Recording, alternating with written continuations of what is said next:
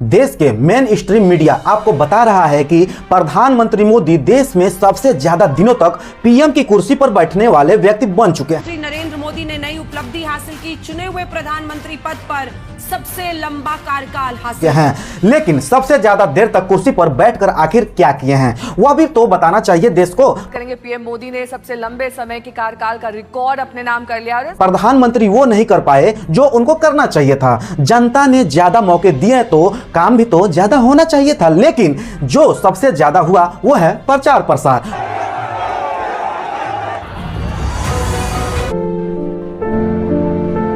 मोदी भारत के पहले ऐसे प्रधानमंत्री हैं जिन्होंने विज्ञापन यानी प्रचार प्रसार में 6000 करोड़ रुपए फूंक दिए हैं। कितने? 6000 करोड़ रुपए। मोदी ने नौजवानों से वादा किया था कि वह हर साल 2 करोड़ नौकरियां देंगे। बजाय नौकरी देने के उन्होंने देश को और बेरोजगारी दी। पकौड़े को बोला कि रोजगार है, रील को बताया रोजगार है। 12 सालों में हालात यह हो गए कि दोस्तों कि देश की 80 करोड़ आबादी को फ्री के राशन पर लाकर पटक दिया गया। रोजगार नहीं राशन ले लो, यह वाला हाल हो गया इस देश का। और इतना ही नहीं, टीवी पर बहस कम, शोर ज्यादा है, सोशल मीडिया पर तथ्य कम, उत्तेजना ज्यादा है और असली मुद्दा धीरे धीरे गायब कर दिए गए हैं। बेरोजगारी, शिक्षा, स्वास्थ्य, अर्थव्यवस्था, इनकी जगह क्या चल रहा है? धर्म, जाति और फ्री स्कीम की चमक।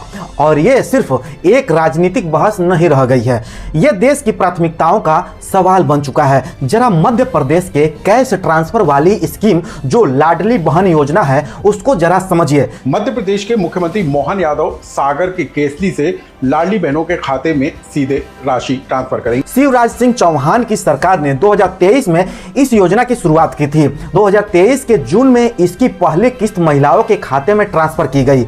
योजना के तहत महिलाओं को हर महीने 1000 रुपए देने का ऐलान हुआ। सरकार ने इसे महिलाओं के आर्थिक मदद और सशक्तिकरण की योजना बताया, लेकिन राजनीति पर इसका इतना गहरा असर हुआ कि इसके बाद हर चुनाव में महिलाओं को कैश ट्रांसफर देने की होड़ शुरू हो गई, क्योंकि इसने रिजल्ट भी तो दिया था। पिछले 12 सालों में ईडी, सीबीआई, इनकम टैक्स एजेंसियों का अच्छा इस्तेमाल किया गया है। चंदा चोरी का इलेक्टोरल बॉन्ड वाला रास्ता खोजा गया। चुनाव आयोग से कैसे काम लेना चाहिए वो दुनिया को दिखलाया गया। आखिर में एक बात कहकर अपनी बात खत्म करूंगा। दोस्तों, चीन हमसे बाद में आजाद हुआ था, हमसे ज्यादा दयनीय स्थिति उनकी थी। लोगों ने मोदी को किस लिए चुना था?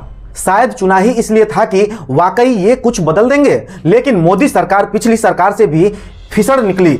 सिर्फ धर्म चल रहा है। क्या चेतावनी थी? सरकार का आधिकारिक दस्तावेज साफ कहता है कि राज्य में अनकंडीशनल कैश ट्रांसफर यानी बिना शर्त पैसा बांटने की योजना विस्फोटक तरीके से बढ़ रही है। 2022-23 के बाद इन योजना का खर्च 5 गुना बढ़ चुका है। 2025-26 तक राज्यों का कुल खर्च करीब 1.7 लाख करोड़ पहुंच गया है। तो इस तरीके से डायरेक्ट कैश ट्रांसफर होते हैं।